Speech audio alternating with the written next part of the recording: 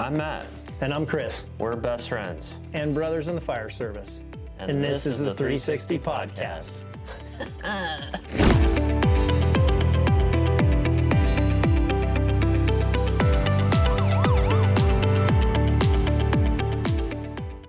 Welcome back to the AFMA 360 Podcast. This is part 2 of a 3-part series on mentorship in the fire service.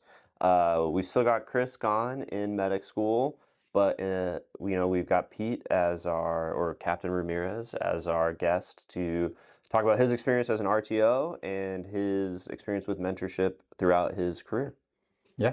Thank you for coming. We really appreciate it. Why don't you start by just telling us a little bit about yourself, how long you've been on, what your career's looked like so far.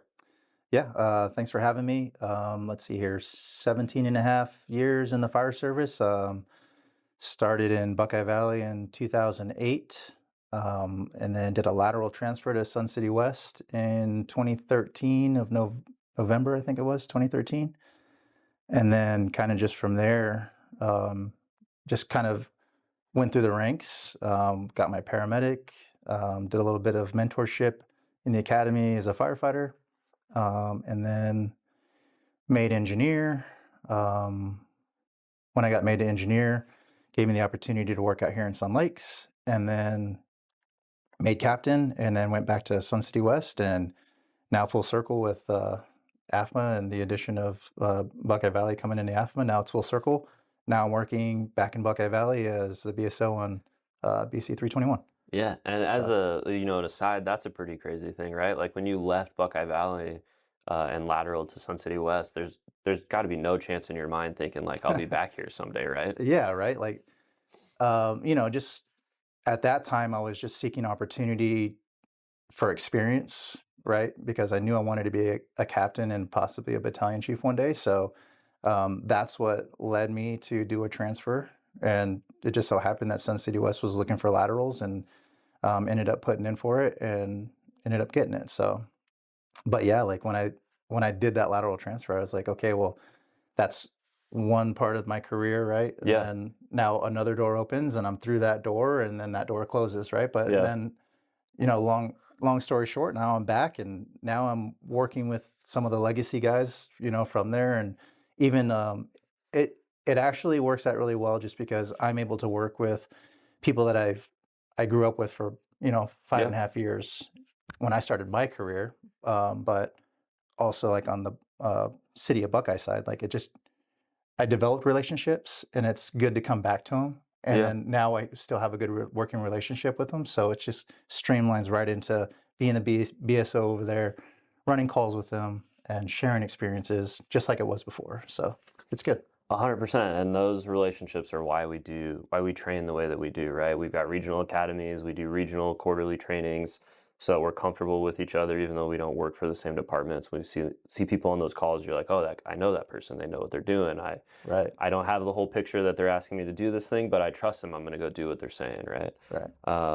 That's awesome. And from today's topic is mentorship. That's pretty crazy you left Buckeye Valley, you came to Sun City West, you had mentors that I'm sure were happy for you to pursue that opportunity, but also sad to see you go, and now you're back full circle working with them, and they can see like how you've progressed over the last 10-15 years. That's pretty crazy. Right. Yeah, it is. It's interesting, but that's the fire service in general, whether I started with that same department or not, right? But like when you think I was gone for 10 years and then now I'm back, so yeah, it's crazy. So back to mentorship. You said you were a mentor as a firefighter, you were a mentor as an engineer, you were a mentor in my academy, right, in 18-3 at Gripstick. What do you think, like, did you always know you wanted to fill those roles and then eventually become an RTO? Is that something that sprouted later in your career, or what pushed you to do that? Yeah, I think when I did my lateral transfer here, we'd had like just a mini lateral academy. We were attached to another 4 that got picked up from the EMS side in Sun City West. Okay. So we experienced only 2 weeks of their academy, but after that, I'm always thinking like, I have not necessarily a business mindset, but like I'm always thinking for the next thing or how to make something a little bit better, right? So when we went through that academy and then I got done with my probationary year, Sun City West at that time, they were running, I think it was Southwest Regional Fire Academy through the department only. Okay. So just looking at my experience obviously it was just 2 weeks, but looking at my experience and how could I make that better, I put in to be a mentor, right? And then I also wanted to create like a probationary firefighter book. I had one, but I saw some things that could be included to make it a little bit of a better experience, Okay. right? So that's kind of where it started. As far as becoming a mentor. So I was a mentor for the academy that Sun City West put on at the time. And then when we started sending people to Gripstick, then I put it in for it again. And I think it was just like the following year after that, or maybe 2 years after that. So they were looking for a mentor. I had the experience. Okay. I put in for it and then became the mentor. I think it was 18-3. Yeah, 18-3 was us. I did 18-3 and 19-3 as a mentor. Okay. So as far as like looking and knowing what to expect as a mentor, I really had no idea as far as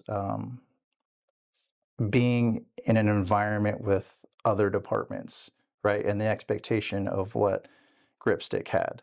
So luckily for me, there were other mentors there that were there previous years and they kind of already had a system going. So I kind of just learned from them. That peer mentorship that I got in the academy or as a mentor in the academy, I got from them, right? Okay. So and that, I mean, in an essence, that's all, mentorship is, right? It's either it's lateral, or peer mentorship, right? It's informal or formal or just being in that environment. So I got a lot of good experience on that first one. And then that second one, there were a couple other mentors there that were part-time as well. I was part-time, but I feel like I was there the most, right? I kind of just set my schedule up to where I was there for most of the big start of the academy, so we can get them dialed in, and then for a lot of the functional evolutions and burns, right? So I was there to help them out. But yeah, I kind of just, again, always thinking ahead and thinking of how I can improve a system to some degree. I took what I learned in my first mentorship academy and included that, but then also built upon that, right? Yeah. In 19-3, or you weren't 19. I was you were 18-3. 18, Yeah. Yeah. So we talked when Austin was here. Manny was co-hosting with me, and I was the mentor in Manny's academy, just like you were the mentor in mine. And so it was kind of fun to talk about that. But did you? I went in thinking like this is going to be my role as a mentor, right? Right. And then there were some aspects that I wasn't prepared for, and I thought, and I had to learn along the way. And luckily, same as you, there was a mentor that had been there at the academy before to kind of guide me. Were there any surprises that you found as a mentor that like you didn't anticipate having to fulfill that role? Well, so like as a mentor, you kind of know the expectation that you're going to be in the grind with them, right? Mhm. But the other thing is like now that mental health is a big thing within the fire service, right? Yeah. It's not just at the station or on shift work. It's also at the academy too, right? So I feel like looking back now that I was playing a huge supportive role as far as mental health and wellness goes on the academy grounds too, right? Like Yeah. these guys are waking up extremely early, getting there at the time. They were getting there like an hour before, right? Yeah. Setting up their gear. It was dark outside. Almost like they're walking out like a newborn deer, like out in the forest, like what's going on? It's so early in the morning, right? And then they're all hopped up on coffee, and then the gates open up, and now they're just like, they go from 0 to 100, right? And then you go through the day, and some of them have failures, and then they have to compute that, forget it, reset, and then go again, right? So you take that and you put it over 16 weeks, and you got definitely potential for guys to just lose their focus, Yeah. right? Or like just starting to let the noise come in, right? As opposed to keeping their focus, and staying dialed in. So I I definitely had to like deal with more conversation, right? And as far as supporting those recruits, supporting the individual, whether it was talking to them about family situations or what their scores were looking like. So that was definitely challenging for me Yeah. too, like in learning that, right? There's So I always relate it to being like a older sibling, right? yeah, Like the RTO, and I've only gone down as a mentor, and my observations of the RTO role are only like outside observations, but I feel like especially in the beginning of the academy, they have to play like a very specific boxed role of like, I'm here to teach you, I'm not here to be your friend, I'm gonna push you, I don't have time to not coddle, but to like, I'm not here to get you through that hard part. When I tell you you did something wrong, you did it wrong, and I'm not gonna like make you feel better about it, right? right. And that's not a thing that I've, in my opinion, that's not why the RTOs got that spot. They don't want to play that role, but they have to get these recruits to where they need to be. And so it leaves that big open space, and that's where that mentor comes in and says, "Hey, like you did do that wrong, Right. but that doesn't mean you're not going to do it right tomorrow. We have to like you said, learn from it, reset, forget, and move forward." But that's a big gap to fill. Right. And when you go down as that mentor, that was one area that I knew I anticipated a little bit, but not to the degree of like, man, these kids are being really hard on themselves. Yeah. Like don't know you do belong here. You don't need to go home and think Right. about throwing in the towel. Let's come back tomorrow. We're gonna be fine. Um, and then just playing that middle ground of like, you're kind of stuck in between of like, you're between the recruits and the RTOs. So when the RTOs are frustrated, they're venting to you about why the recruits are doing something, and then you have to go clean it up. And when the recruits are frustrated, they obviously can't vent to the RTOs, so they're venting Yeah. to you, and you have to just be like, I hear you, deal with it. Like, Yeah. Yeah. Who does the mentor vent to? yeah, yeah. You know? So it was a lot of stuff like that, or Yeah. like one of the parts I enjoyed the most is you're obviously not going to help them break rules or cover up big mistakes, but like small things that if an RTO catches, by definition, have to become a real problem, right?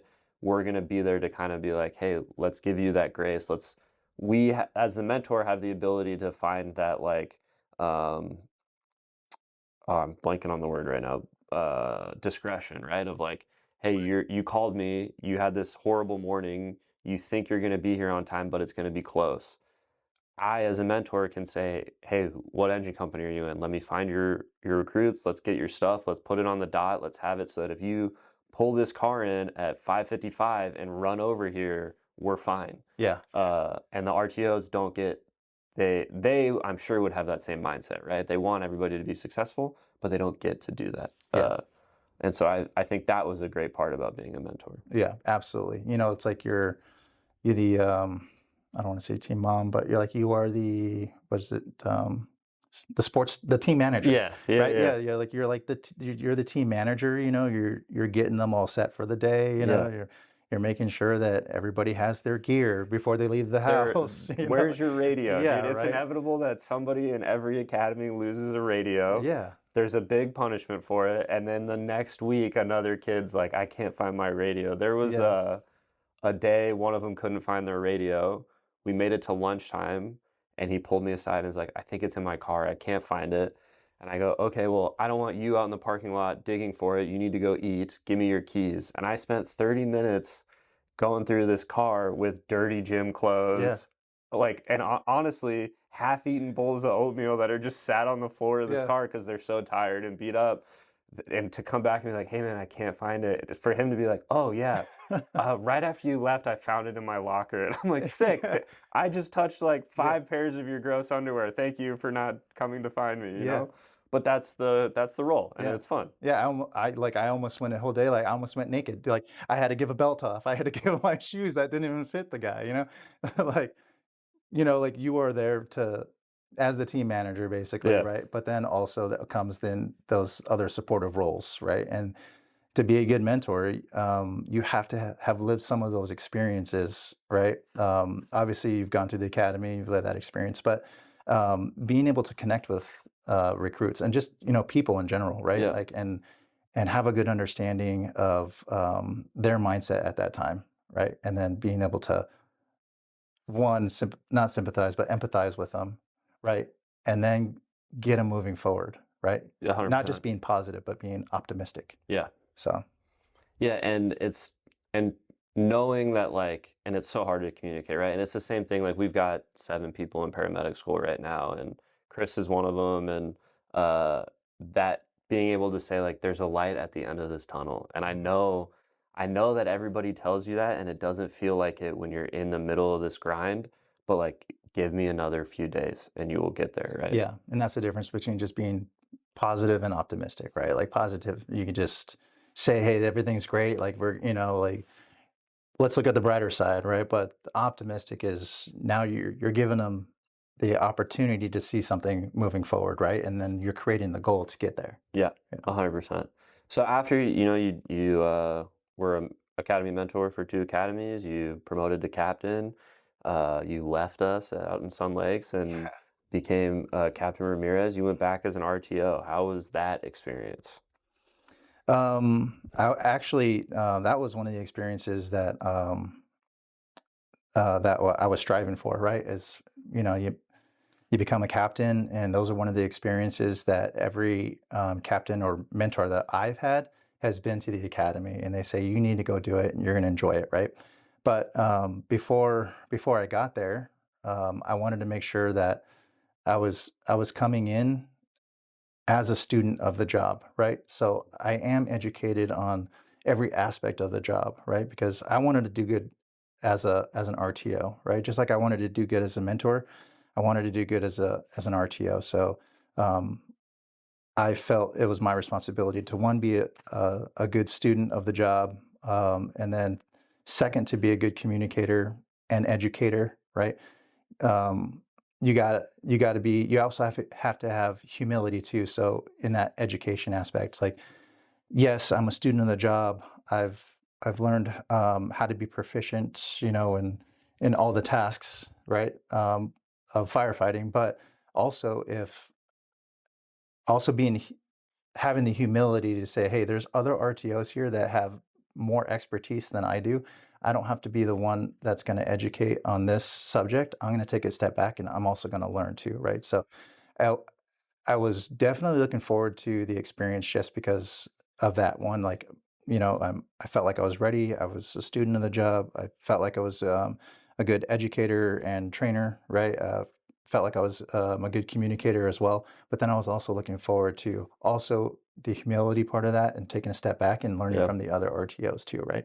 Not necessarily learning just like the basic skills and stuff, right? Because I mean, that's obviously what they teach in the academy, but I was looking to seek and get information on how to be a better leader outside of the academy too. Gotcha. So, yep, and I definitely got that. You work with other RTOs who have 25, 28 years on the job, right? And this is their 5th time being an RTO, right? And they're coming back. So, was definitely looking forward to that experience. So going back as the RTO, you were there, like you talked a lot about wanting to not just provide a good example, but also like what can you learn from this? How can you grow, right? Mhm. And I think doing regional academies the way that we do them in the Valley is such a invaluable experience, right? Yeah, Like absolutely. as a recruit, as a mentor, as an RTO, you're down there building relationships with people that you might not otherwise interact with, right? Like I'm stationed in Sun Lakes. I do quarterly trainings with Chandler and Gila, and sometimes Maricopa makes it out, right? A lot of times. But when I was down at Gripstick, I was working with people from Surprise and Glendale, and we had Goodyear out there. We had Buckeye Valley at the time. And so there are guys from my academy that are now employees with me, which is super cool. And so you get these perspectives that we wouldn't normally have, right? We can kind of tend to live in an echo chamber within our isolated departments because we have these people that fill that mentorship role and they mentor not just one person but multiple, and then you get like, not in a bad sense, but you can tell, right? Like especially with interviews, like, oh, you did interviews with this person because they taught me that when I Yeah. did interviews, right? And it's the same thing with like, hey, you're coming up as a captain, you studied under this guy or that guy, and we have the same ideas are propagated throughout. But when we go to these larger, education things, we get new, fresh ideas, which is always really nice. So it's cool to Yeah. see that as a captain, you were down there not just looking at the kids, but also like, hey, what can I get out of this to bring back? Yeah, for sure. It's also good confirmation though too. Like, yes, you're getting new input, right, from other departments and other RTOs with maybe more or less experience, right? But it's also good confirmation because like when you're sharing what the information that you have, right? Yeah. And they're learning from you as well, right? Like, man, we're doing something good over here too, right? Like, Yeah. yeah. So that's just good confirmation that like, we're on track with everybody else. So 100%. yeah, And it it's makes me proud. and those relationships are important because it's easy to get frustrated, right? And be like, Yeah. what are those guys doing? Why we're doing this? Why are they doing that? Yeah. But when you get the opportunity to go work with people and train, and like, there's no better relationship that's built than out there at the academy sweating with each other, right? Oh, And so absolutely. then you see him out on the street and you're like, no, they're salt. Like, oh, I've heard about him from him and I trust this guy. I now trust that guy, right? Yeah. And it just helps us all work together better. Yeah. Were there any like moments that stood out to you as an RTO that you're like, man, I'm so glad I got to do this because of this specific thing? I have to think on that one. That's okay. Yeah. I think, yeah, so I did a full RTO ship, regular academy. That was 23-3.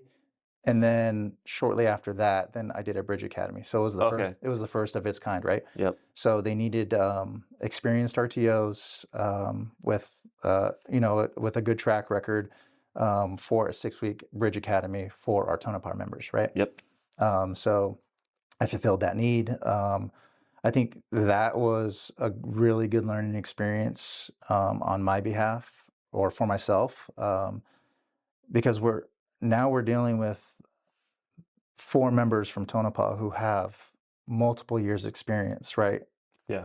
Fighting fires, working on EMS scenes, right? Like they have experience, and now they're having to not necessarily say like take a step back, but they volunteered for the opportunity so they can work everywhere within AFMA, right? So one, they're taking a huge leap of faith, within the authority, right? But then also they're putting themselves, like under the microscope, Yeah. which is hard to do, right? And like anybody who takes a promotional test or whatever, like you're putting yourself under the microscope. Kudos to you, right? So here they are, they're coming in, and like I said, we had a captain, 2 engineers, and a firefighter, from Tonopah. So that was a different scenario for me. Coming off of teaching cadets who Yeah. some know nothing about the job. Some are legacy recruits turning firefighters, from family members, or they've done ride-alongs and they've been trying for 2 years or whatever. So they have an idea of it, or maybe like some, who just there's their first interview and they got the job. You know what I'm saying? Now here I am. I go straight from that to now here I am on it as an RTO position with members that I've worked with in the past, right? Yeah. And now here I am. I have to like, I'm not treading, rough waters, but like I'm saying, it's like it's hard because you have to make that distinction. Okay, here I am an RTO doing my job, but then also I work with you, and I know you have experience, and I can learn from you. I'm like, and all these other things. So I think that was the biggest learning curve for myself.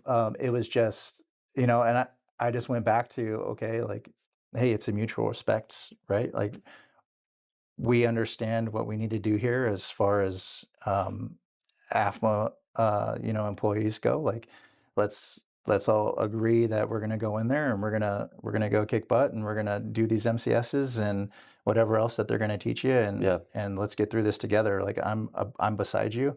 Obviously, like I'm an RTO, but we're gonna do this together. Yeah. And then I think just making that making like just clear set expectations and moving forward like with the day to day, even though it was rough. You know what I'm saying? It's like you're going back to pulling hose, Yeah. for 8 hours a Uh, day, structure. Like, that's a completely opposite dynamic, right? yeah. You're going from teaching.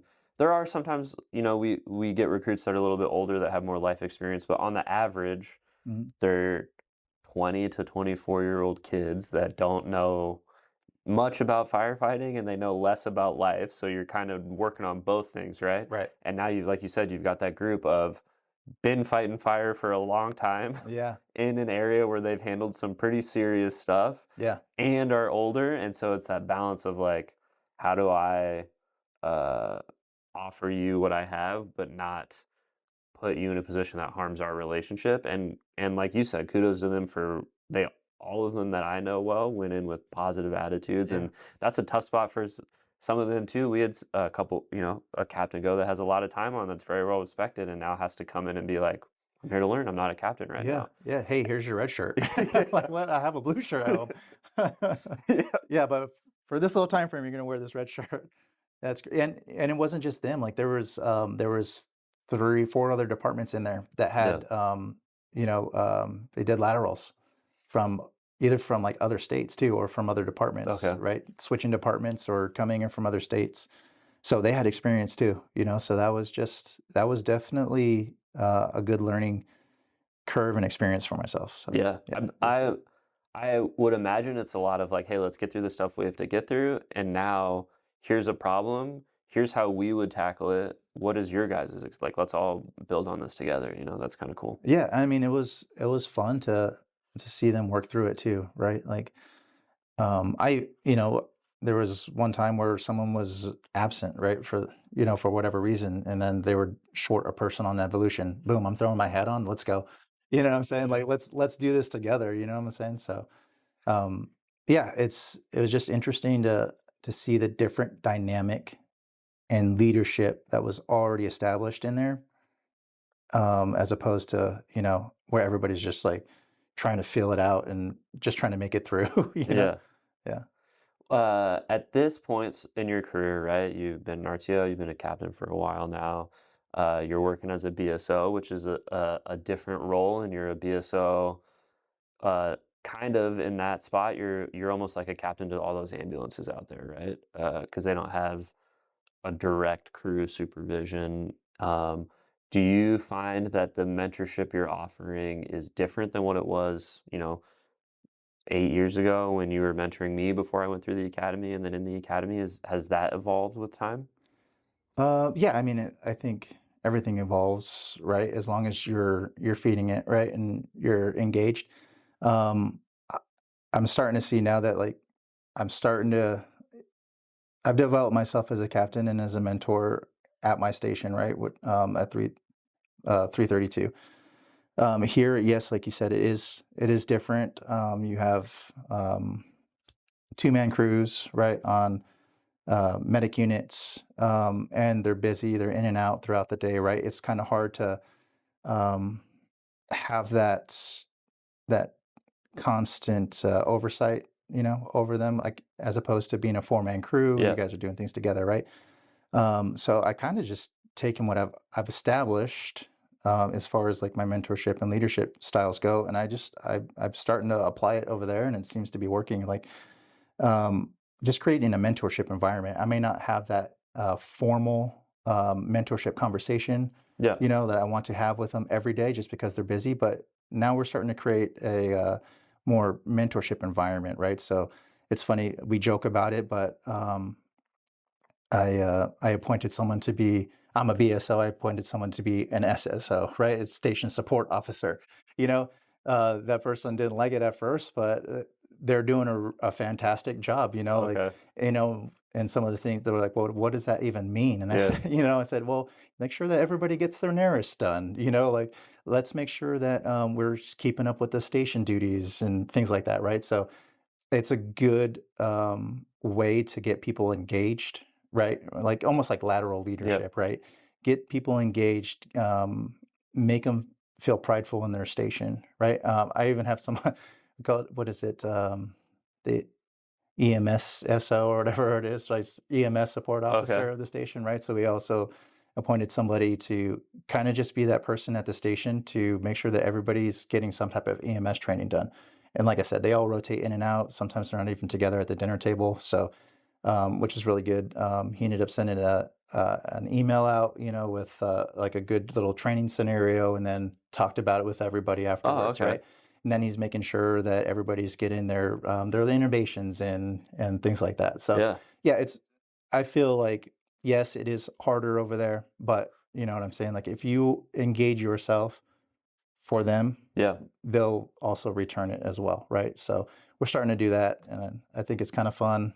I Yeah. think they like it, even though they say they don't, but No, everybody likes giving yeah, they like love it, dude. Yeah, it feels good when you get given that, right? It is yeah, more work, and it is sometimes like, when do I have time for this? But at the end of the day, we all like to know, like, oh, I got chosen, right? yeah, That's right, neat. yeah, yeah, So like I've found as I've progressed, right, through my career and receiving mentorship and getting the opportunity to mentor people, that now for me it's more like where it used to be like more direct, like, hey, I'm gonna go do this with you. We're gonna do this together.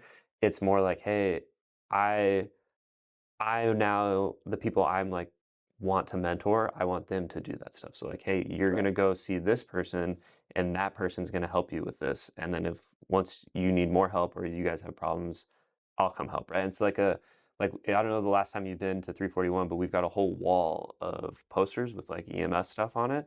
And I love being a paramedic. I love teaching.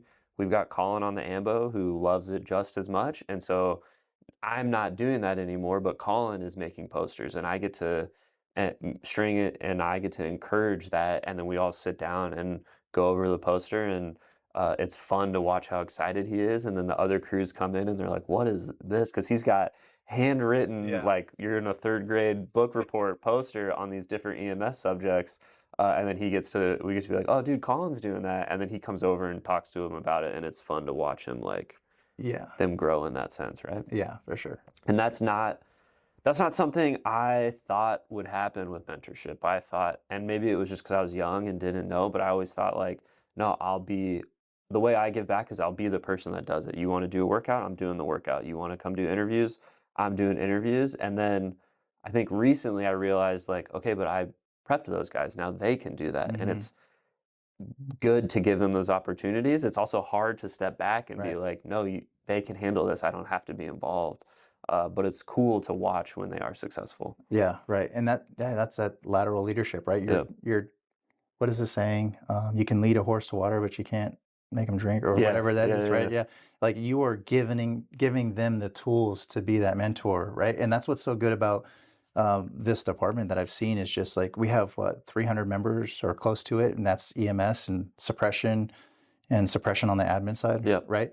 But everybody is engaged. Everybody wants to provide, that experience and pass it along and that mentorship, right? So Yeah. it's not just the normal like formal mentorship or informal mentorship. It's like AFMA has a really good mentorship culture or environment, right? And everybody wants to do something. Like on the EMS side, you got Colin. We have more than a handful of people who want to help, Yep. right? And are engaged and are looking for the new members so they can teach them, right? And it's happening on every level. It's happening on the EMS side, it's happening suppression, and it's happening from the top down too. So it's Yeah. good. And it's like a collective success, right? Which I Yeah. don't think, I've been in this world a long time. I don't have a ton of experience in the professional world outside of the fire service, but I do have friends and family that have jobs like that. And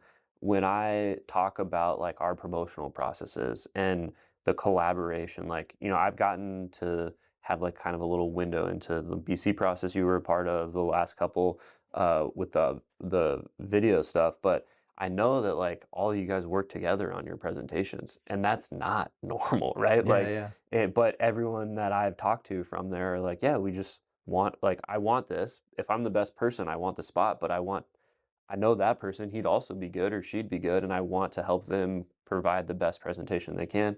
So to hear like that's a competitive spot, right? Right. It's a lot of work, but that all you guys are sitting down together saying like, hey, you should add this to your thing because it would sound really good, or have you thought about this? That's crazy. That's not Yeah. normal, but it's so normal here and I think because we collectively from the very beginning are Right. like, we're going to do this together. We're going to get you to your goals.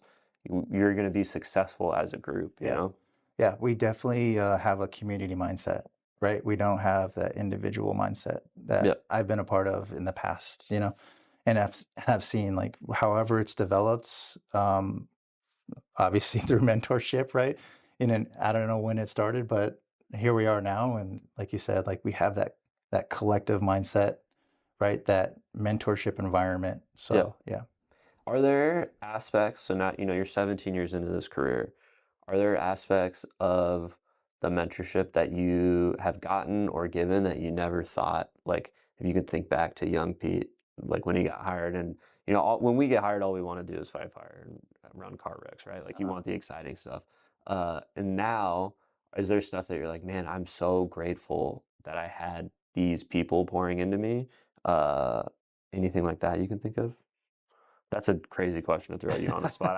I'm seeing your It's face okay. running through the Yeah, memories. man, like what am I? Okay, dumb down that question for me. Yeah, so I guess what I think, because what I'm super grateful for, now 9 years into this organization, is I have a great career. I've been developed heavily, right? I have to give credit to my mentors. I had people pouring into me from day one that have made me the firefighter that I am. AJ put a lot of work into me physically. As much as I hate to give him more credit Yeah, than right. he needs, I wouldn't be here today without AJ's mentorship, right? I have people that have made me great paramedics. I have people that have made me a good crew member.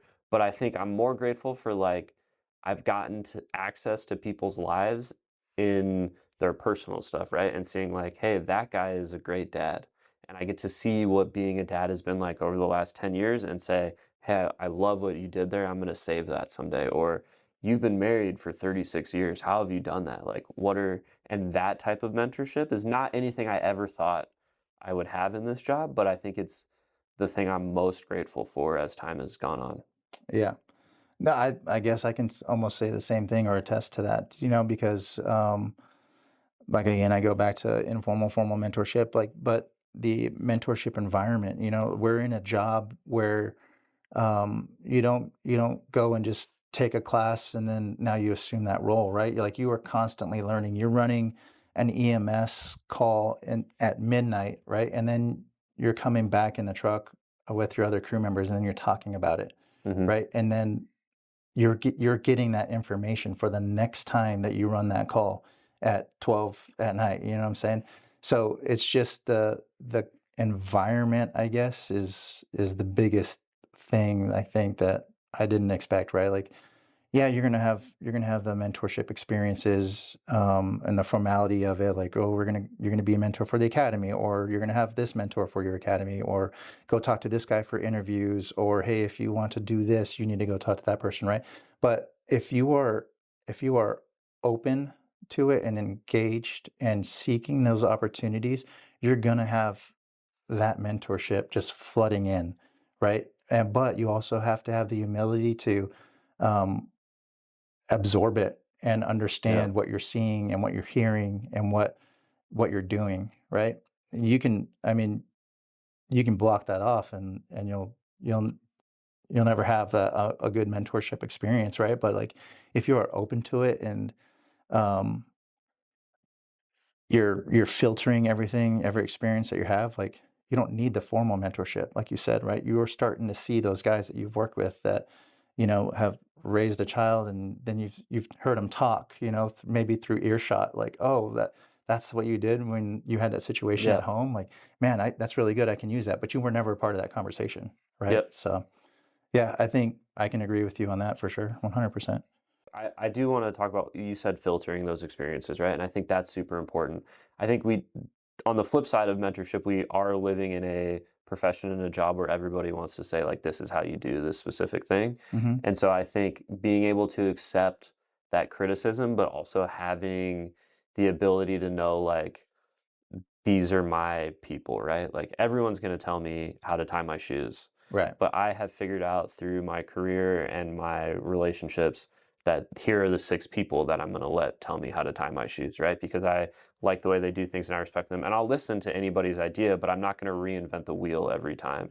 And I think that's an important part of mentorship too, is having the humility to take that criticism, but also looking at where it's coming from. Oh, absolutely, for sure. Yeah. I mean, you can learn from the good and the bad. Yeah. Right. Basically what you're saying. So yeah. 100%. Final rapid fire questions. You did 2 academies as an RTO, 2 academies as a mentor. Do you remember the mentor in your academy? That's a good question too.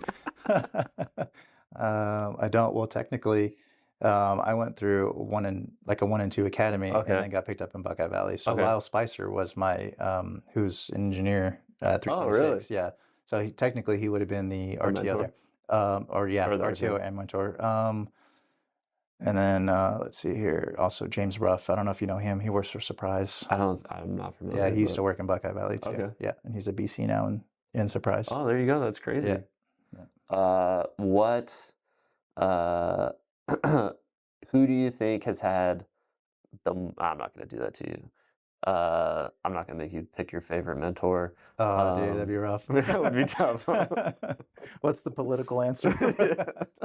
You just look at the camera. Whoever has the final say on this BC list. That's pretty much it, man. Is there any advice you would give, like, to yourself 17 years ago when you were trying to get hired, as you were starting to get mentored and stuff? Like, I think back at that time, and I wish I had realized how much more I needed back then, right? Like, I would tested for a few years and I would get close but not quite get it, and I didn't understand why. And now that I'm at where I'm at and I look back, I can honestly look at that situation and say I wouldn't have hired myself. And at that same time, there were people telling me you need to shore up these areas of weakness, and I wasn't doing it, right? And so I wish I had listened a little sooner. Yeah. I think maybe some advice for myself would have been maybe just slow down, right? Like I am ambitious, right? I want to do good if I'm tasked with something or a project of some sort. I want to do the best that I can, and sometimes that consumes me a little bit on and off duty. So, and that goes for anybody. Just take your time, enjoy the experience. There's always opportunity to promote. If you are a go-getter, just remember to kind of just slow down, enjoy the experiences, take it all in, right? And you can still go at whatever pace you want, but just have some self-reflection, right? So I know I moved pretty quickly as soon as I got here in Sun City West, right? But I was ambitious. I had my goals. I'm obtaining them, right, as I go along. But I think if I just maybe would have slowed down just a little bit more and taken on a little bit less responsibility, I don't know what that would have looked like, but and that's a common thing, just right? Gotta enjoy it though, and I've never heard anybody say like I regret not promoting faster, right? Yeah. Like they're always like, man, I could have spent another year in the back seat and gotten that role better, right? I've never heard somebody be like, I wish I had taken that test sooner. So I think that's a common drive.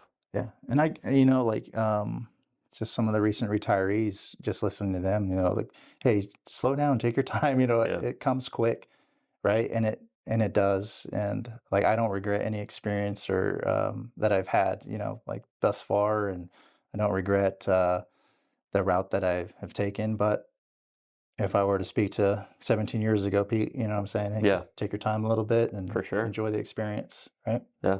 So awesome, man. Well, hey, thank you so much for coming on. I really appreciate you doing that for us. Yeah. That's kind of it. All right, cool. That's a wrap. Good. Yeah.